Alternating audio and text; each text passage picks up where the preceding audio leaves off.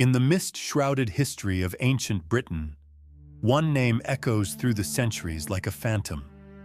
A warrior queen whose defiance shook the foundations of the Roman Empire, yet whose final resting place remains one of archaeology's greatest enigmas.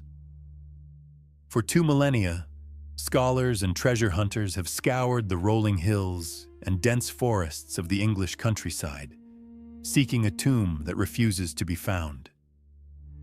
She was Boudica, the queen of the Iceni, a woman whose story begins not with a crown, but with a betrayal that would set a province on fire and lead to a legacy etched in shadows. By the year 60 AD, Britain was a land under the iron heel of Rome. The Roman occupation had transformed the wild landscape into a network of roads, forts, and tax-collecting hubs. For the native tribes, life was a precarious balance between submission and silent resentment. The Iceni, a proud people inhabiting what is now Norfolk, lived under a tentative peace treaty. Their king, Prasutagus, believed he could protect his people by playing the diplomat, navigating the treacherous waters of Roman politics while maintaining a facade of loyalty to the Emperor Nero. But peace in a conquered land is often a fragile illusion. King Prasutagus was a man of wealth and influence, but his health was failing. In a desperate bid to preserve his family's future and the Iceni's independence, he drafted a will that was unprecedented. He named the Roman emperor as co-heir alongside his 2 young daughters. It was a calculated gamble, a political sacrifice intended to appease Rome while ensuring his lineage remained on the throne. To his side stood his queen, Boudica, a woman of sharp intellect and fierce devotion to her people. Little did they know that the very empire they sought to appease viewed treaties as nothing more than temporary inconveniences. When Prasutagus finally succumbed to his ailments, the Roman response was swift and brutal. The will he had so carefully crafted was ignored by the provincial administrators. Catius Decianus, the Roman procurator, viewed the Iceni lands not as an allied kingdom, but as a territory ripe for plunder. He treated the king's death as a forfeiture of all property. Roman soldiers were dispatched to the Iceni capital, not to offer condolences, but to seize assets, enslave the nobility, and strip the royal family of their dignity. The transition of power was not a legal handover. It was an act of calculated imperial theft. The humiliation did not stop at the seizure of property. In an attempt to break the spirit of the Iceni once and for all, the Romans committed an atrocity that would echo through the ages. Boudica herself was publicly flogged, and her daughters were subjected to unspeakable violence. This was a deliberate message of total subjugation, that no Briton, no matter their rank, was safe from the whims of Rome. But the Romans had miscalculated. Instead of breaking the queen, they had forged a weapon of vengeance. The pain inflicted upon her family became the catalyst for a rebellion that would nearly drive Rome from the island. News of the Roman betrayal spread like wildfire through the forests and hills of East Anglia. Boudica did not wallow in her grief. She began to travel in secret, meeting with the leaders of neighboring tribes who had also suffered under Roman taxation and land grabbing. In the dark of the night, beneath the canopy of ancient oaks, alliances were formed that had once seemed impossible. The Trinovantes and other tribes joined the Iceni, united by a common enemy and a shared desire for freedom. The whispers of rebellion turned into a roar as thousands prepared to follow a queen who had nothing left to lose. Standing before a massive assembly of warriors, Boudica addressed her people. She did not speak as a victim, but as a leader. She reminded them of their ancestors' bravery and the cruelty of their oppressors. Her voice, described by later historians as harsh and commanding, resonated through the ranks. She declared that she was not fighting for her own lost riches, but for the freedom of every Briton and the honor of her daughters. she held a spear aloft, a symbol of the war to come. The tribes were no longer a collection of disparate families. They were a unified army under the command of a warrior queen. The rebellion's first target was Camulodunum, the capital of Roman Britain and a symbol of their arrogance. The city was inhabited by retired Roman veterans and lacked proper fortifications, as the Romans believed the Britons were too cowed to ever rise against them. Boudica's army descended upon the city with a fury that caught the defenders completely off guard. The grand temples and Roman villas were systematically dismantled. The 9th Legion, marching to relieve the city, was ambushed and nearly annihilated. The message was clear. The Iceni queen had returned, and she was bringing the Roman administration to its knees. Of the devastation reached the Roman High Command. The sheer scale of the uprising became terrifyingly apparent. The rebels were not just raiding, they were erasing the Roman presence from the land. Fear gripped the hearts of the settlers and soldiers alike. The once mighty Roman war machine found itself on the defensive, struggling to comprehend how a disgraced queen could assemble such a massive and disciplined force of insurgents. As the rebel army grew to over 200,000, the stage was set for a final, cataclysmic confrontation. Boudica had burned 3 major cities and humiliated the world's greatest superpower. Yet, as the two armies prepared to meet for the last time, the mystery of her end began to take shape. Somewhere in the heart of England, the Queen would make her final stand. Whether she died in battle or by her own hand to avoid capture, the location of her remains would vanish from the maps. Thus began the enduring enigma of the Queen whose tomb was never found, a ghost in the annals of British history. To reign of Britain better than most, and to reign of Britain better than most. And he understood that numbers alone would not win this war. With only 10,000 men against Boudica's hundreds of thousands, he needed the perfect ground. In a dimly lit command tent, surrounded by the heavy scent of wax and old parchment, the governor mapped out a trap. The Roman eagle was wounded, but its talons were still sharp, waiting for the Queen to overextend her reach. Suetonius chose his battlefield with surgical precision. He found a narrow defile, a place where the dense forest protected his flanks and rear, forcing the Britons to face him in a bottleneck. This tactical choice nullified the overwhelming numerical advantage of the Iceni. As the morning mist clung to the damp British soil, the Roman legions stood in silence, a wall of iron and discipline. They were outnumbered 20-1, yet they did not flinch. They waited for the sound of the rebel horde, knowing that this narrow passage would become the graveyard of a rebellion. Boudica arrived not as a mere general, but as a vengeful goddess. She rode in her war chariot, her 2 daughters beside her, their faces etched with the trauma of their past. Addressing the vast sea of warriors, her voice carried across the fields of Watling Street. She told them she did not come as a queen of noble blood, but as a mother seeking justice for her daughters and freedom for her people. Her hair was a shock of tawny orange against the gray sky, a flame that promised to consume the Roman occupiers once and for all. The Iceni were confident, perhaps too confident. They had brought their families to witness the victory, circling their wagons at the rear of the battlefield. This mobile village formed a crescent-shaped barrier, trapping the warriors between the Roman spears and their own kin. The atmosphere was electric with the sounds of chanting, the clashing of bronze swords, and the barking of war dogs. To the Britons, the Roman line looked thin and fragile, a minor obstacle on their path to total liberation. They did not see the trap that Suetonius had so carefully laid. The battle began with a roar that shook the very earth.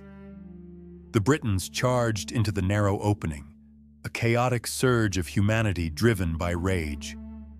But the Romans held their ground, their shields locked in a testudo or tortoise formation. When the Britons were close enough, the Romans unleashed a volley of heavy javelins, the pila, which pierced through shields and flesh alike. The narrowness of the field meant the Britons could not use their numbers. They were crushed together, their momentum turning into a deadly crush. The Roman line remained an unbreakable wall of cold, calculated steel. Suetonius sensed the moment the tide turned. He ordered his men into a wedge formation, a pointed spearhead of soldiers that began to cut through the disorganized rebel masses. The disciplined Romans pushed forward with short, rhythmic stabs of their gladius swords. The Britons, unable to swing their long swords in the crowded space, began to panic. They turned to flee but found their own baggage train, the wagons filled with their wives and children, blocking their escape. The very people they fought to protect had now become the walls of their own execution chamber. The slaughter was absolute. The Roman chronicler Tacitus claimed that 80,000 Britons fell that day, while the Romans lost fewer than 400. As the sun began to set over the bloodless yet devastating aftermath, the field was a landscape of broken chariots and abandoned banners. The rebellion had been crushed in a single afternoon. Yet, amidst the thousands of fallen, the Romans could not find the one prize they sought most: the queen herself. Boudica had vanished from the field, leaving behind only the echo of her defiance and a mystery that would last millennia. Boudica escaped the carnage, fleeing into the deep, dark heart of the British wilderness. She knew the Romans would never stop hunting her. She was a symbol that had to be extinguished. Along with a few loyal guards and her daughters, she sought refuge in the ancient groves where the Druids once whispered. The queen who had nearly toppled an empire was now a fugitive in her own land. As the Roman cavalry scoured the countryside, burning villages in their wake, Boudica prepared for her final act of defiance, a way to ensure the Romans would never claim her spirit. Rather than be paraded through the streets of Rome in golden chains, Boudica chose the path of the ancients. In a hidden sanctuary, far from Roman eyes, it is said she took poison. This was not a death of despair, but a final ritual to keep her body from the hands of her enemies. She died as she had lived, unconquered. But as her life faded, her followers faced a daunting task. They had to hide her remains so perfectly that no Roman centurion, no scholar, and no treasure hunter would ever find her. They swore an oath that would bury her location in the shadows of time. Under the cover of a moonless night, a secret burial took place. No monuments were raised, no inscriptions carved into stone. Her followers knew that any mark on the land would lead the Romans to her.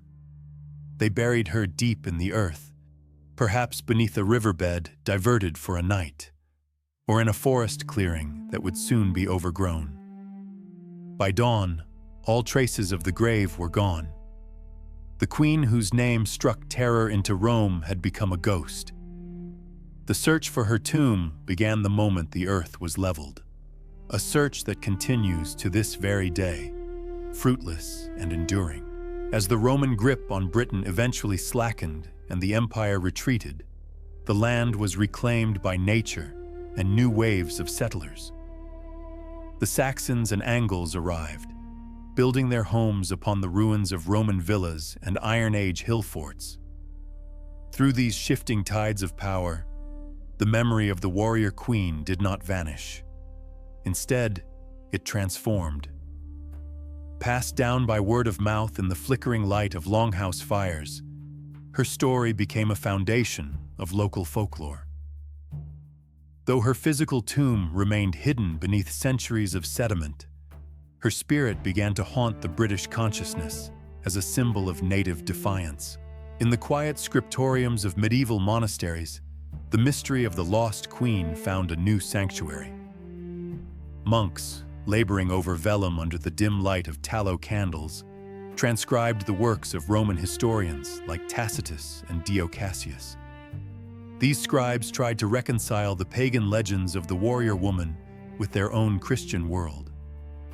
Their ink-stained fingers traced the descriptions of her final stand, yet they found no mention of where she fell or where her people laid her to rest. The absence of a grave became a theological curiosity, a puzzle that hinted at a power the earth refused to yield. By the 19th century, the search for the queen transitioned from folklore to a matter of national identity. The Victorians, eager to find a mirror for their own sprawling empire, turned their gaze toward the ancient past. Archaeologists and antiquarians, armed with early scientific theories and heavy shovels, began to systematically probe the soil of the English countryside. They sought a tangible connection to the woman they now called Boudica. Every mound and barrow became a site of potential discovery, yet the earth remained stubbornly silent. The Queen's tomb was becoming the ultimate prize for a generation obsessed with unearthing the secrets of British sovereignty.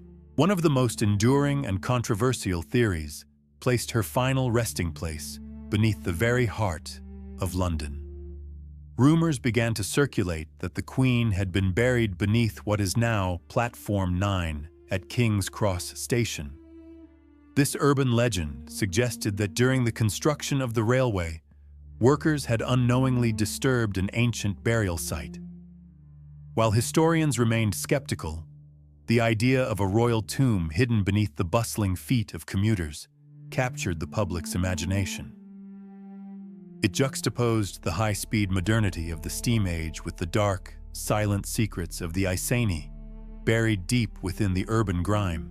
Scholars returned to the maps, desperate to find a geographic anomaly that matched the Roman descriptions of the Queen's final battle. They looked for a narrow defile backed by a forest, a landscape that would have trapped her army against the disciplined Roman line. Locations across the Midlands and East Anglia were scrutinized, from the rolling hills of Northamptonshire to the flat expanses of the fens. Each researcher claimed their site was the true location, yet without the presence of her tomb or a cache of Iceni gold, these claims remained mere theories. The map of Britain was a patchwork of unproven ghosts. The advent of the 20th century brought new tools to the hunt. Ground-penetrating radar and aerial photography allowed historians to see beneath the surface without ever turning a spade. They scanned the English landscape, looking for the telltale signatures of ancient disturbances in the soil. These technological ghosts revealed hidden forts and lost villages, but the Queen's tomb remained elusive. It was as if she had been buried in a way that defied even the most advanced sensors, a deliberate act of concealment that had succeeded for nearly 2,000 years. The silence of the radar only deepened the enigma of her final journey. As the physical search stalled, the Queen's image became an icon of national pride. Statues were erected, most notably at Westminster, showing her in a scythed chariot, defiant and powerful. Yet this public celebration of her life only highlighted the vacuum left by her missing grave. A monarch without a tomb is a story without an ending. She became a symbol of resistance that could not be contained by stone or ceremony. To some, the fact that she was never found meant she had never truly been defeated. She remained out of reach, a queen of the soil who belonged to no single era. Historians compared the mystery of her burial to other lost monarchs of Britain. They looked at the rediscoveries of Alfred the Great and later Richard III beneath a parking lot. But those kings had been buried in known religious sites or urban centers. The Queen's burial was different. It was an act of survival for her people. By hiding her body, They ensured that the Romans could never desecrate her remains or turn her grave into a trophy of war. Her concealment was a final strategic victory, a secret kept so well that even her descendants lost the key to her location. The search continues today in the quiet corners of the British countryside.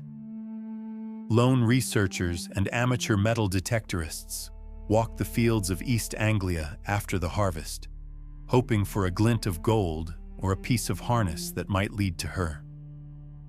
They move through the rain-soaked landscape, looking for the ghosts of the Iceni in the shape of the hedges and the flow of the rivers.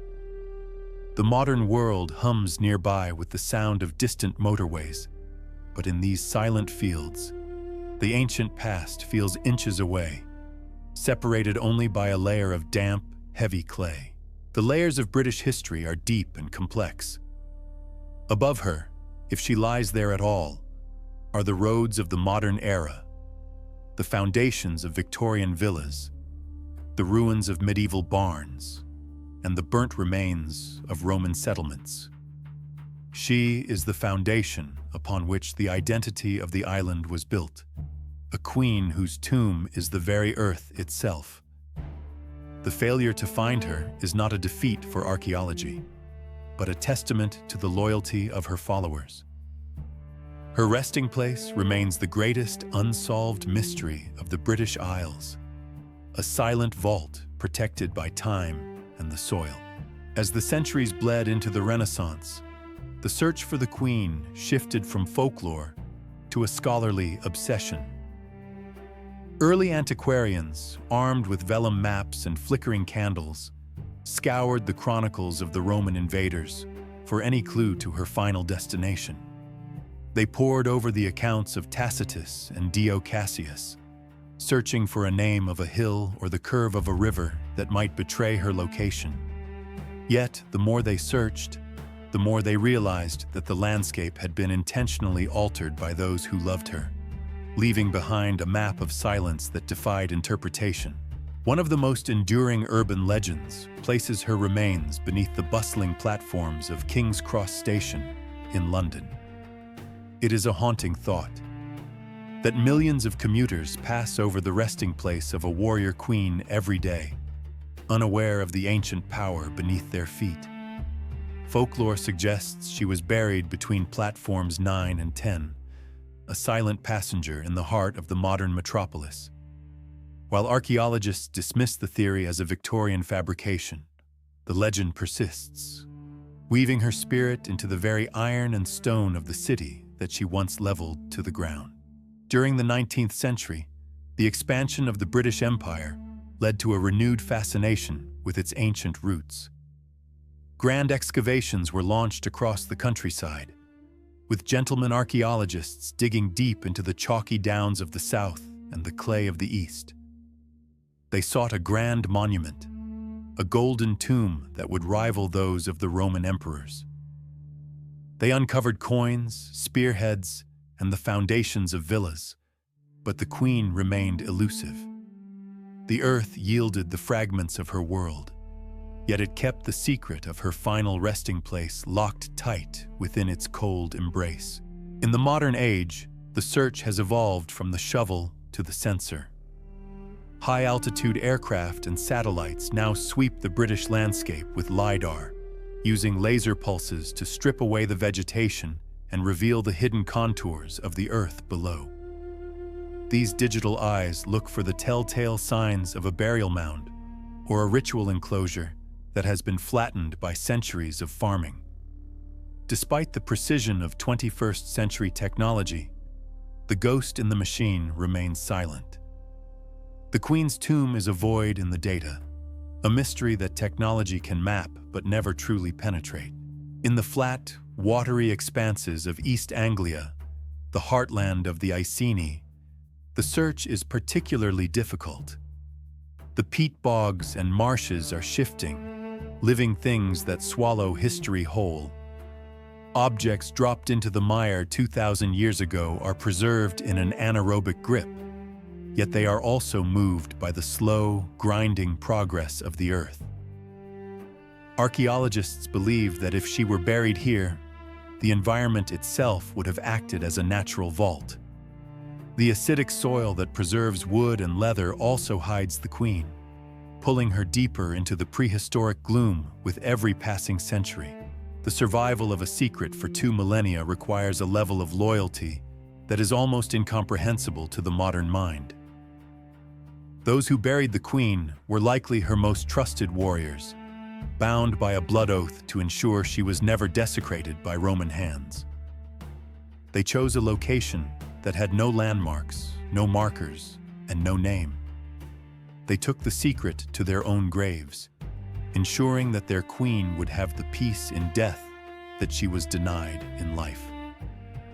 Their silence is the most effective burial shroud ever created, a shield made of memory and devotion.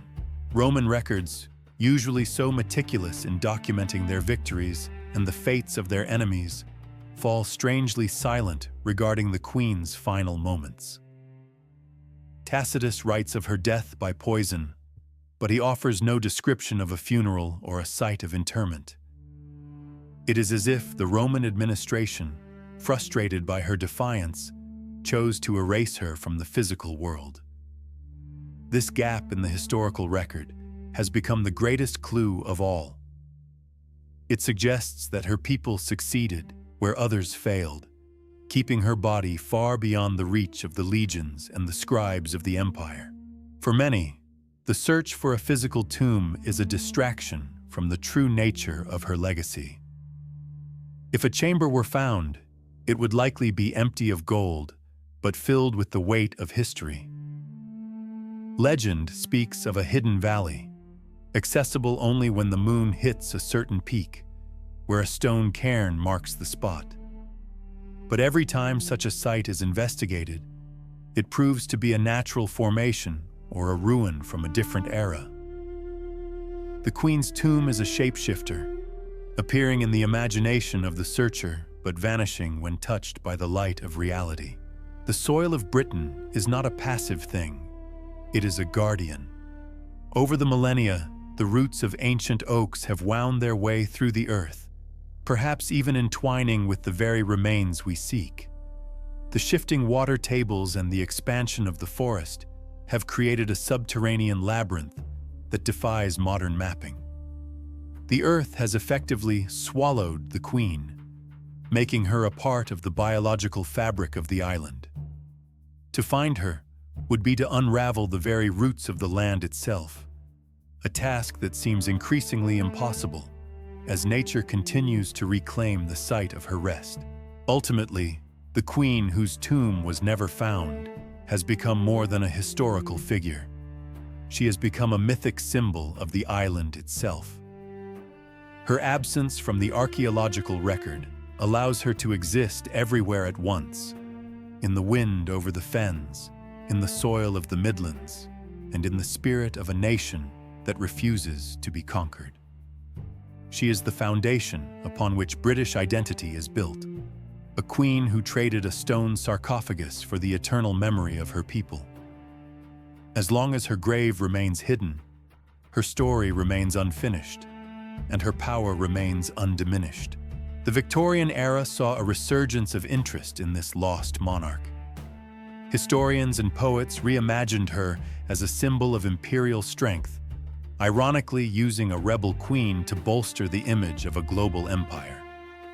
Yet, even with their newfound fervor, the location of her remains eluded the greatest minds of the 19th century. They scoured ancient texts and maps, hoping to find a clue that centuries of silt and war had hidden. This period transformed her from a forgotten casualty of the Roman occupation into a statuesque icon, frozen in time, but still without a final resting place. As the 20th century dawned, the search moved from the library to the field. Archaeologists began systematic digs across East Anglia, the heart of the Iceni lands. They unearthed pottery, chariot wheels, and coins bearing the likeness of forgotten kings. But the queen herself remained a ghost in the soil. Every layer of earth removed revealed more about her people's daily lives and their violent end. Yet the specific site of her burial, or the pyre that might have consumed her, remained a frustrating void in the historical record. The earth yielded everything but the one truth they sought. One of the most persistent urban legends suggests she lies beneath the platforms of London's King's Cross station. It is a modern intersection of myth and steel, where commuters rush over ground that might hold the remains of the warrior queen. While professional archaeologists remain skeptical, the idea that a high-speed rail line pulses over the grave of a woman who challenged the Roman legions adds a layer of modern mystery to the ancient tale. The juxtaposition of ancient dust and Victorian brickwork serves as a reminder that history is often buried just beneath our feet, waiting for a chance discovery. Roman chroniclers like Tacitus and Dio Cassius provide the only written record of her final campaign, but they are notably silent on her burial. They detail the carnage of the final battle and the queen's refusal to be captured. Yet the aftermath is a blur of propaganda and tactical silence. To the Romans, an unmarked grave was a way to deny her a legacy, to erase her from the memory of the province. However, this strategic omission backfired, creating a vacuum that the British imagination has filled with 1,000 possibilities, ensuring she could never truly be erased or forgotten. The landscape of Roman Britain has shifted significantly over 2 millennia. Rivers have changed their courses, forests have been felled, and the once damp fens have been drained for agriculture. These environmental transformations have likely buried the evidence deeper than any shovel can reach. In the areas where she was last seen, the shifting silt of the eastern counties acts as a natural vault. The geography itself seems to conspire with time to keep the secret, protecting her remains from the prying eyes of those who would turn a sacred site into a mere tourist attraction or a sterile museum display. In the modern age, we have turned to the heavens to look beneath the ground.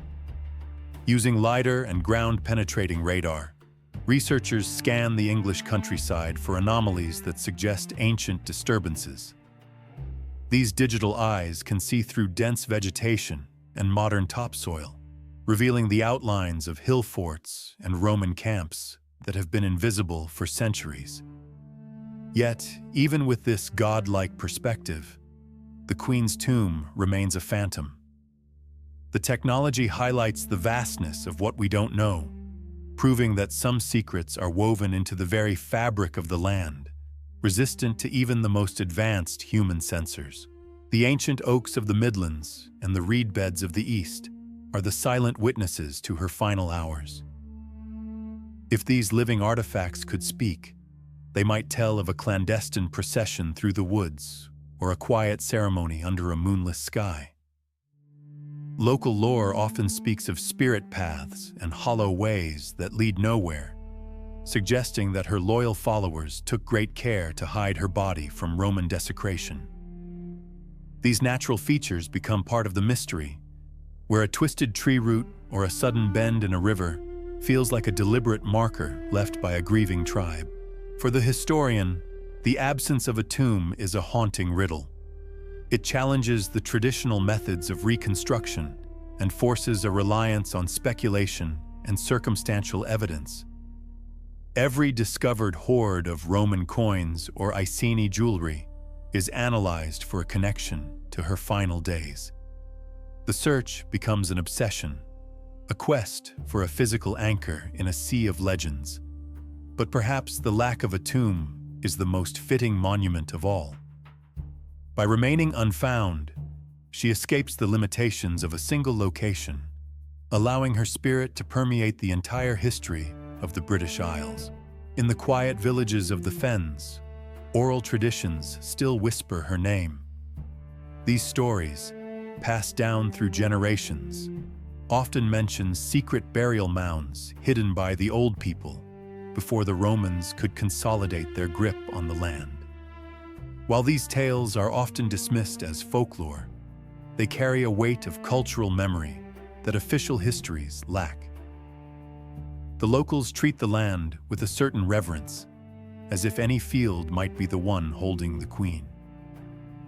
This communal secret-keeping creates a bond between the modern inhabitants and their ancient predecessors, united by a shared protectorate of the past. Ultimately, the concept of the empty tomb serves as a powerful symbol of resistance. To find her body would be to define her, to categorize her, and to finally lay her to rest. But as long as she remains missing, she remains a living force, a queen who never surrendered and whose final act of defiance was to vanish into the land she fought for. Her story is a testament to the power of the unknown. She is the ghost in the machine of history, a reminder that some legacies are too large to be contained within the walls of a tomb or the pages of a book. For centuries, the hunt for the queen's final resting place has fueled the imaginations of antiquarians and historians alike. They pore over the fragmented writings of Tacitus and Dio Cassius, looking for clues hidden in the margins of ancient scrolls. Every mention of a battlefield, every reference to a specific grove or riverbank, becomes a potential X on a map that refuses to be solved. To find her would be the archaeological discovery of the millennium, yet the Earth remains tight-lipped, holding on to its most precious secret with a stubborn, cold grip that defies modern science. In the Victorian era, the search took on a feverish intensity. Gentlemen explorers, driven by a desire to unify the British identity with its heroic past, dug up barrows and mounds across East Anglia and London. They were looking for a regal chariot, for gold torques, for the skeletal remains of a warrior woman who once commanded thousands. Yet, their spades only struck flint and clay. The more they searched, the more the queen seemed to recede into the mist of the marshes, a phantom figure moving just out of reach of their rudimentary tools. The landscape itself has changed over 2,000 years. Rivers have shifted their courses, forests have been felled, and the vast fens have been drained, transforming the wild terrain she knew into a patchwork of farmland and urban sprawl. Archaeologists today use satellite imagery and LiDAR technology to peer through the layers of time, stripping away the modern world to reveal the Iron Age contours of the land. They look for the telltale signs of a ritual burial, a circular ditch, a specific alignment of stones. But the soil of Britain is a palimpsest of endless wars.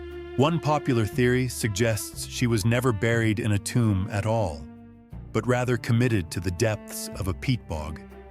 In the ancient Celtic tradition, water was a portal to the otherworld, a sacred space where offerings were made to the gods.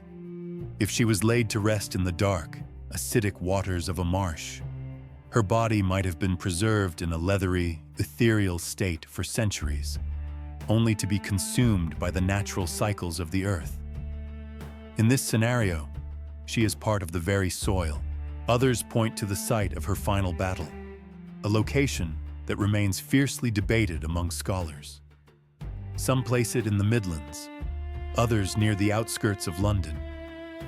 Wherever the ground drank the blood of her fallen warriors, it is believed her inner circle might have carried her body away in the chaos, performing a secret rite in the dead of night. They would have chosen a spot so unremarkable, so hidden by briars and shadows, that no Roman patrol could ever stumble upon it, ensuring her spirit remained free. There are whispers of hidden chambers beneath modern infrastructure. Legends suggest that under the bustling platforms of King's Cross Station or the foundations of quiet suburban streets, the Queen lies in state. This urban mythology keeps her presence alive in the heart of the modern empire she once sought to topple. It creates a psychological bridge between the steel of the present and the bronze of the past. Even as commuters rush to their destinations, they may be walking mere feet above the silent remains of a woman who shook Rome.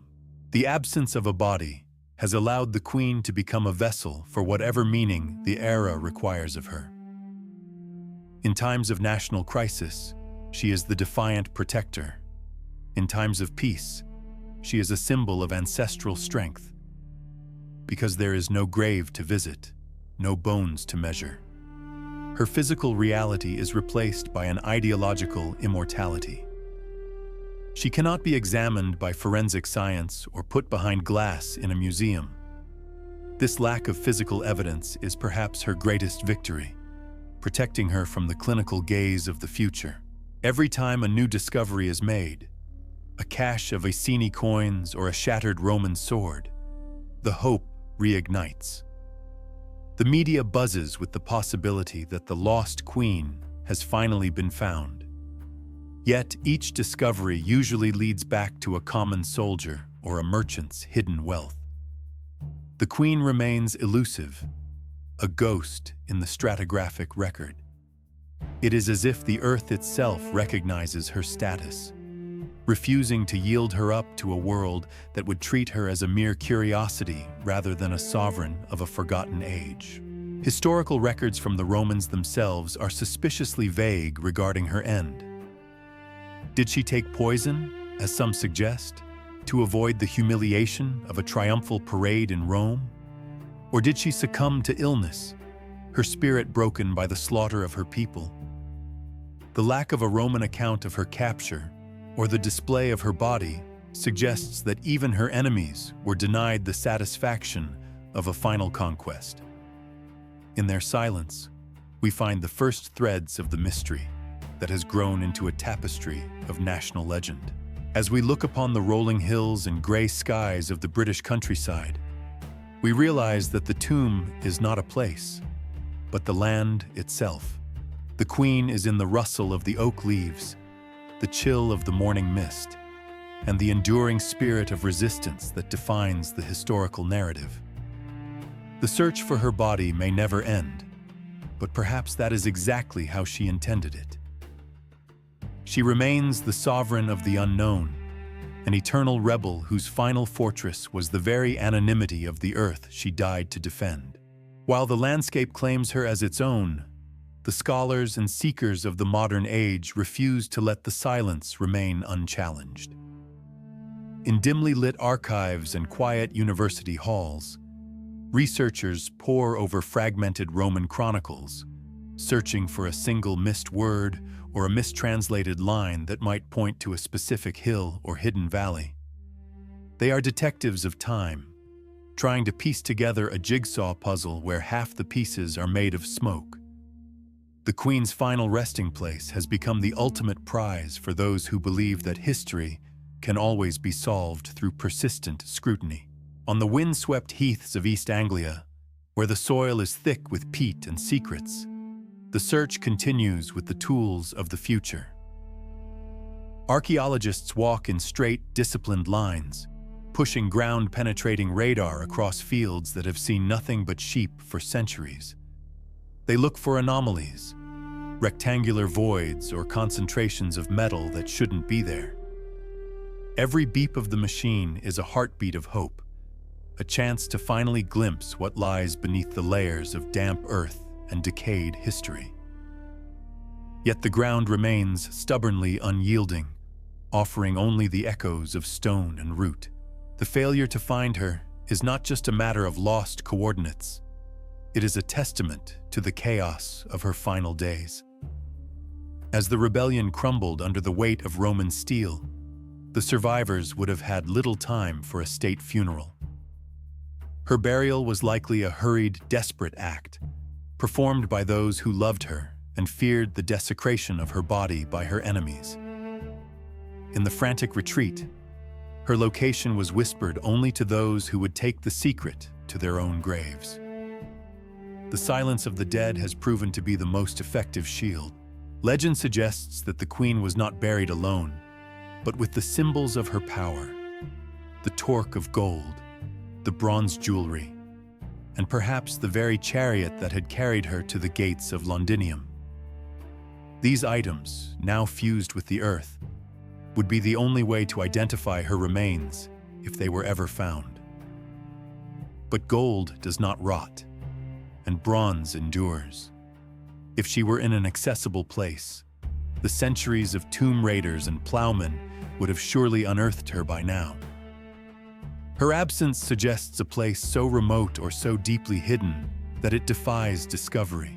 Even the Romans, meticulous in their records of victory, seem curiously vague about the queen's end. Tacitus writes of her poisoning herself, while Cassius Dio suggests she fell ill and died. Neither provides a location for her tomb. It is as if the Roman chroniclers, despite their triumph on the battlefield, were denied the final satisfaction of knowing where their greatest adversary was laid to rest. This gap in the record is a source of eternal frustration for historians, a void where a monument should be, leaving the queen as a ghost in the very annals of her conquerors. One compelling theory suggests that she was committed to the waters rather than the earth. Ancient British tribes often saw rivers and bogs as gateways to the otherworld, places where offerings could be made to the gods. Could she have been weighted down in a silent pool or cast into a fast-flowing stream, her body carried away to the sea? If the water claimed her, she would truly be unreachable, her molecules scattered into the tides that surround the island she fought for. The river becomes a moving tomb, a grave that flows through the heart of the kingdom. In the Victorian era, the Queen was reimagined as a national icon, a bronze statue erected in her honor near the heart of government. This version of her is majestic and defiant, a symbol of empire. But this is not the woman who lived and breathed in the mud of the 1st century. The search for her real tomb is a search for the human being behind the myth, the mother, the widow, and the warrior who was driven to the edge of destruction. We seek the person, but we are often forced to settle for the statue, a hollow representation of a complex soul. There are those who believe her tomb is hidden in plain sight, perhaps under a bustling modern city or a nondescript suburban street. London, St. Albans, and Colchester, the cities she burned, have grown over the centuries, layering stone upon brick upon concrete. Somewhere beneath the foundations of a bank or a railway station, the Queen might lie in the dark, her presence felt only as a strange chill or an unexplained shadow. The urban world carries on above her, oblivious to the fact that they walk upon the bones of the woman who nearly ended the Roman occupation. The search for the Queen's tomb is ultimately a search for closure that history refuses to provide. In a world where every king and queen has a marble monument or a grand cathedral burial, her anonymity is her most powerful statement. She was a leader who rose from the earth and returned to it without ceremony, leaving only the memory of her defiance. This lack of a physical site allows her to belong to everyone and no one. She is a shared heritage, a spirit of resistance that cannot be contained within 4 stone walls or a single location. As we conclude this chapter of the investigation, we are left with the image of a queen who outmaneuvered time itself. She remains hidden, protected by the very land she sought to liberate. Her tomb is the mist, the oak, and the stone. While we may never find her bones, her story continues to resonate, a reminder that the most enduring legacies are those that cannot be touched or seen. The Queen whose tomb was never found remains the sovereign of the British soul, an eternal rebel resting in the infinite fortress of the unknown, forever defiant. To understand why she vanished, we must look to the scholars who first attempted to bridge the gap between myth and record.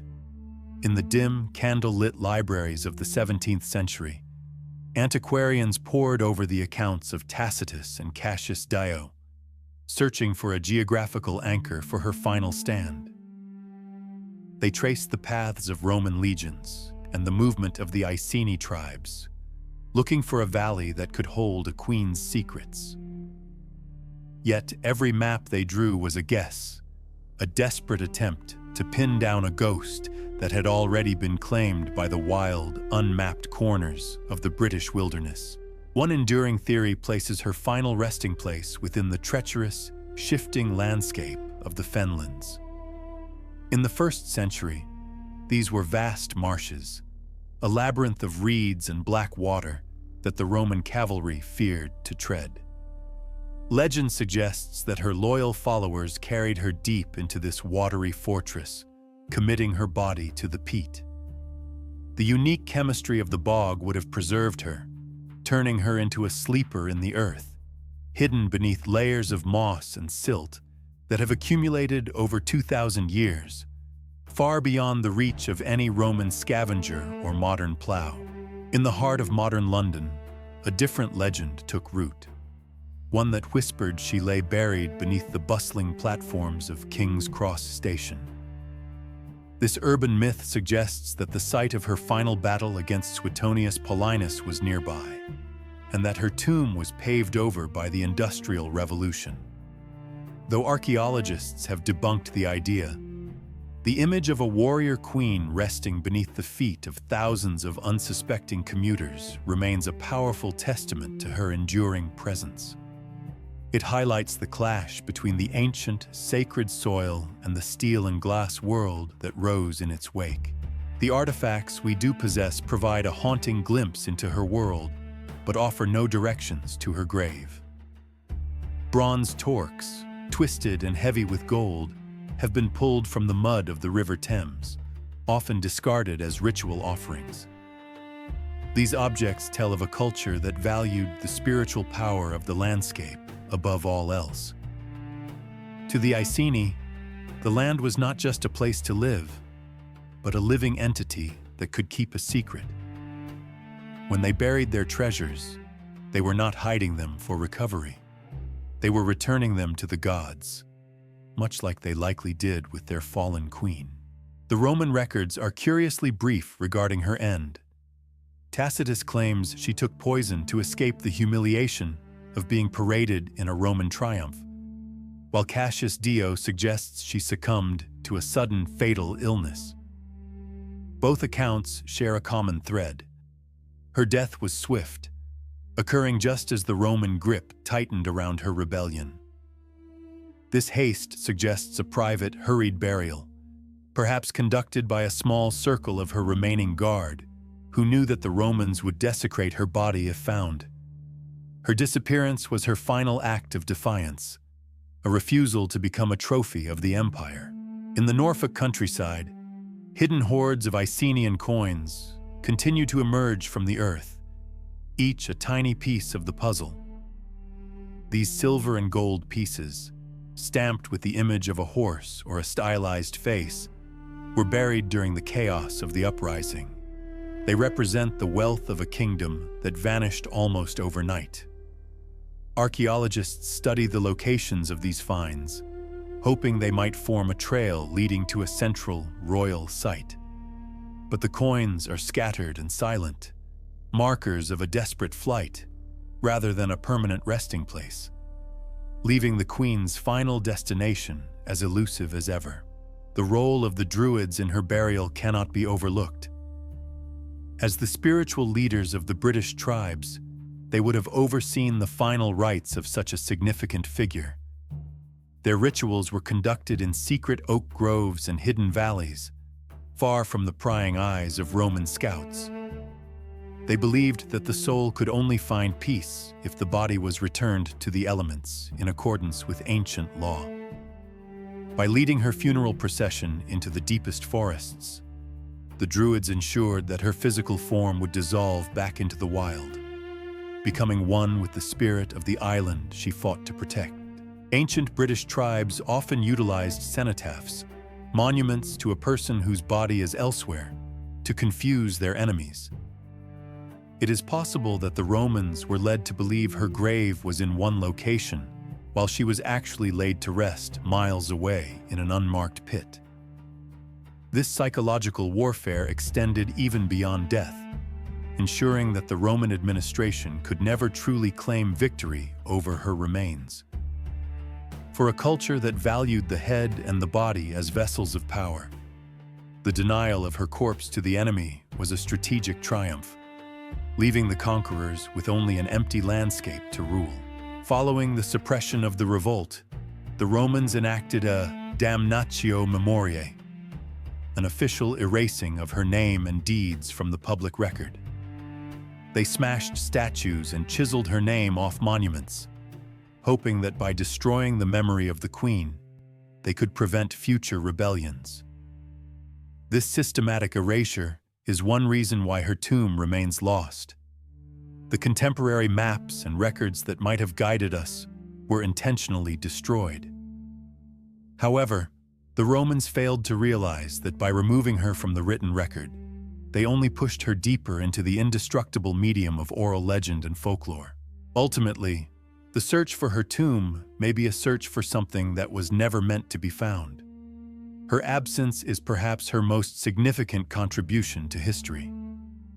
By remaining hidden, she avoids the limitations of a museum display or a scientific analysis of her DNA.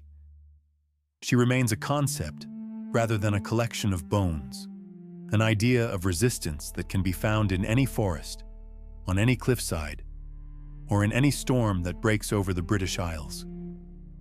The missing queen is everywhere because she is nowhere, a sovereign of the unknown whose power only grows with the passing of the centuries. While some seek a physical structure, others suggest the entire landscape of Britain serves as her grand mausoleum. Every chalk hill, every limestone cliff, and every peat bog could hold the remnants of her passing. This queen did not build pyramids or temples. She belonged to the soil itself. By vanishing into the earth, she transformed her mortal body into a national myth, ensuring that as long as the island exists, so does she. The geography of Britain is the only map that leads to her. Yet it is a map without an X to mark the spot.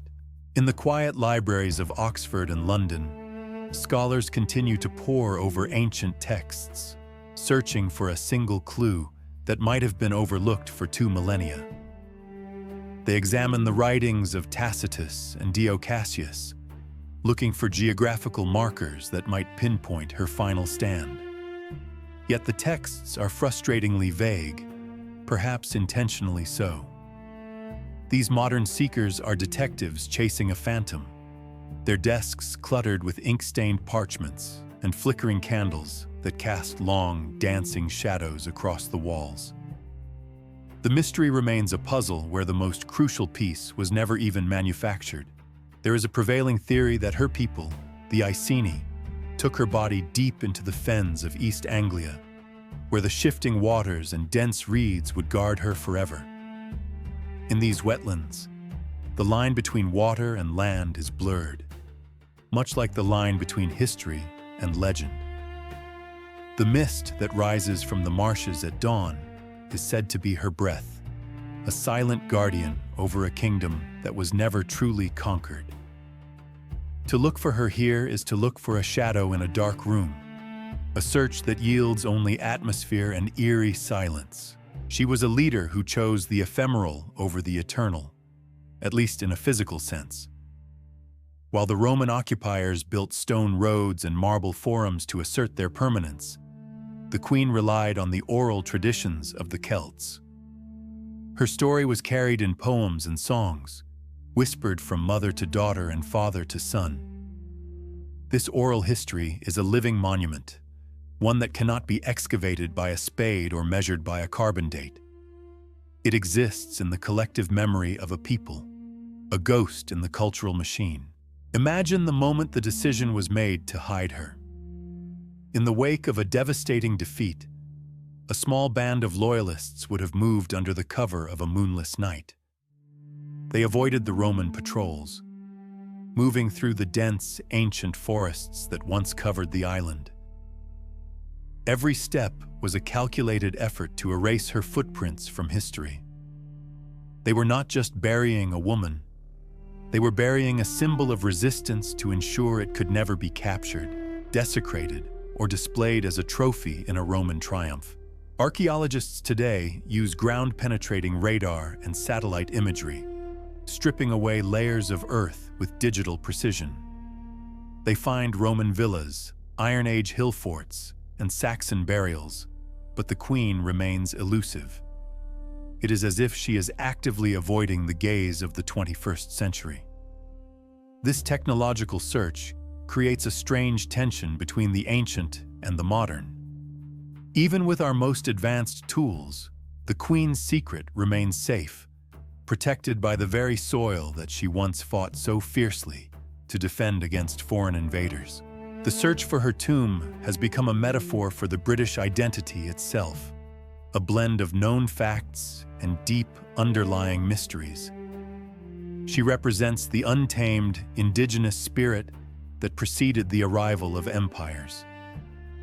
Her missing grave allows every citizen to claim a piece of her story. She is not confined to a single county or a specific archaeological site.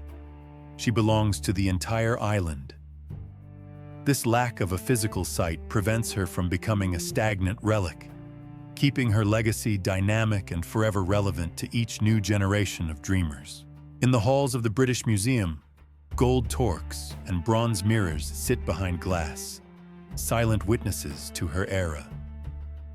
These objects are beautiful, but they are cold and detached from the lives they once touched. The missing queen, by contrast, remains vibrant because she cannot be contained in a display case. She exists in the wild places, the moors where the wind howls and the jagged coastlines where the sea batters the rocks. Her absence from the museum is her greatest strength, allowing her to remain a living part of the landscape.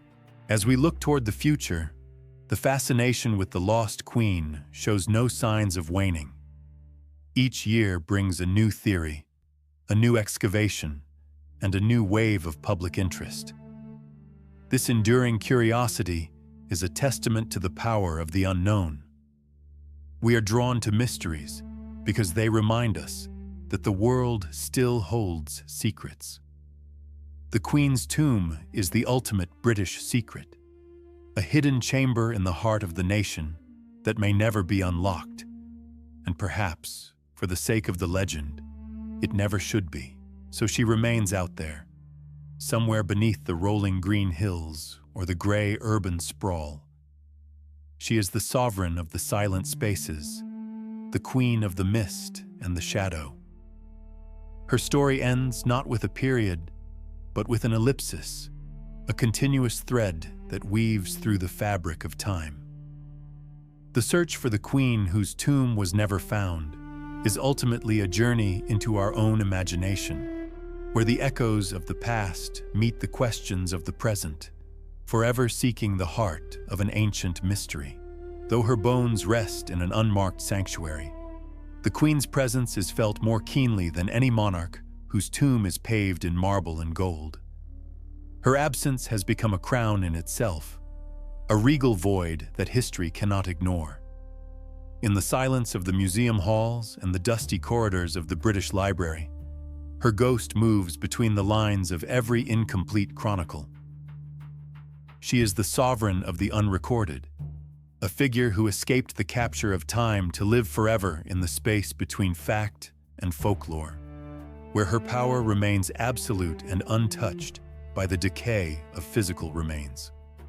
Modern science attempts to pierce the veil where tradition has failed. High above the rolling hills, satellites scan for anomalies in the earth, while ground-penetrating radar pulses through the topsoil of forgotten battlefields and manor gardens. Archaeologists move with surgical precision, looking for a signature of burial that hasn't been seen for 2 millennia. Yet the earth holds its secrets tight. Every negative result is a testament to her mastery of the landscape, as if the very geology of Britain has conspired to keep its daughter hidden from the prying eyes of the future, preserving her dignity in the deep, cold dark. In the archives, the search continues through ink and vellum. Scholars pore over Latin manuscripts and Old English fragments, hunting for a single missed word or a miscopied map coordinate that might point the way.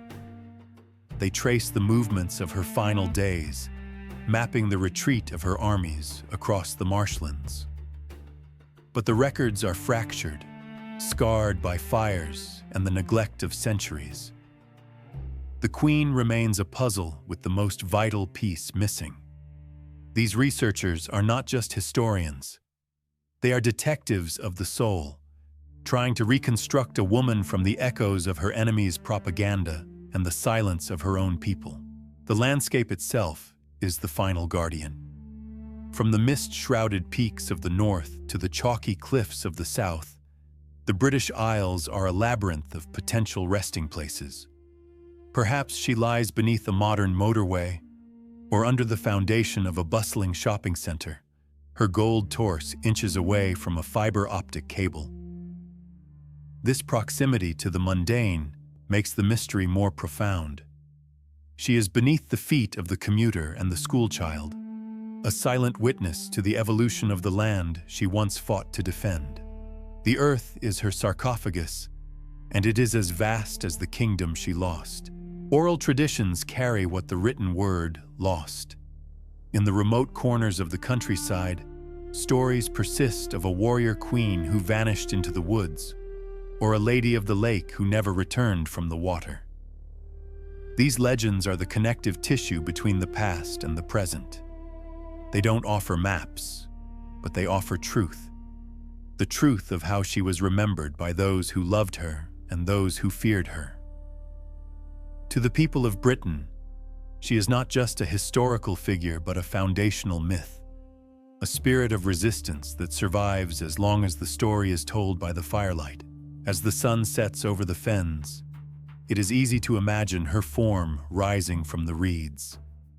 She has become one with the environment, her identity dissolved into the mist and the peat. This metamorphosis is the ultimate victory over her conquerors.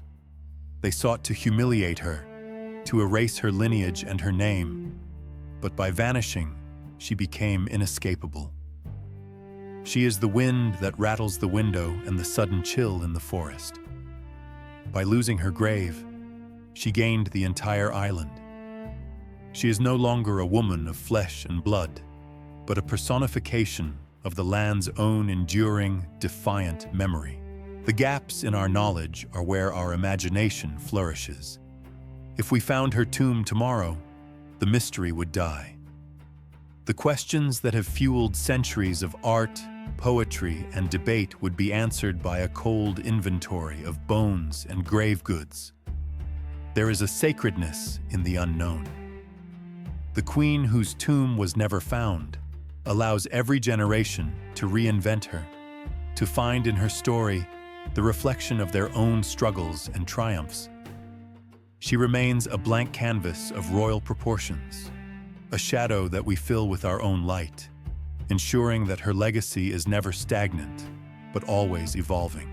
We look at the artifacts that did survive, the twisted gold of her jewelry, the bronze mirrors that once reflected her face, the iron swords that clattered against Roman shields. Each object is a tether to a world we can only partially see. They are beautiful, haunting reminders of a sophisticated culture that the empire tried to write off as barbaric. Through these items, we touch the hem of her cloak. They are the breadcrumbs she left behind, leading us not to a physical destination, but to an understanding of the power she wielded and the impact she left on the soul of a nation.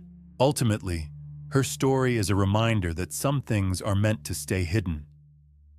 In an age where every corner of the globe is mapped and every secret is a search engine result away, the Queen remains elusive.